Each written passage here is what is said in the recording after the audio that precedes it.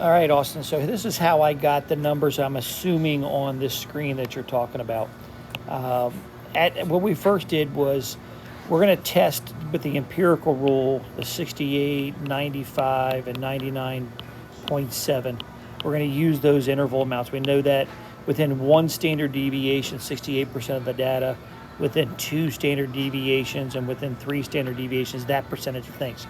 So first off, what I did was on this first slide is I took the information and it said that the mean was 114.983 and a standard deviation of 14.801. So I'm going to go ahead and add those together to find out what the number that's associated with one deviation to the right. So when we did that, I ended up getting like 129.78. So I knew that on our normal curve, right at the first deviation would have been 129.78. I then subtracted from that 114.983, that 14.801, to give me what was on the left side, one deviation to the left, and that gave me the 100.182. And so that told me what this deviation over here would for the minus one deviation. So I got the plus one and the minus one. Now, by the empirical rule, we know that 68% is between those two lines. So that's where we went over here and counted up all of the numbers between those two numbers and found out there was a total of 41 of them.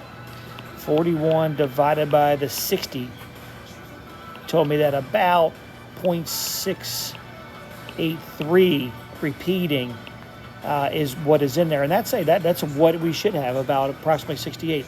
Then we found on the next several slides, and we didn't do this, but we found, okay, if I added another 14.801 and subtracted another 14.801, what were those two little end marks for the plus two deviations and the minus two deviations?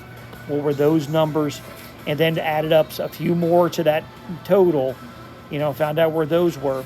So if I added, let's see, what we say 70, so 105, carry the 1, 4, 4, 1, so 144. So that puts me right about after 142. So that gives me 1, 2, 3, 4, 5, 6, 7, 8, 9, 10 more. So that gets me up to 51. Then I got to go on the other side. If I subtract, that gives me, let's see if I can do my subtraction with a calculator. It gives me a 1, 9 at the end. That's a 7, so that's a 9. That's borrow. Those are 99s.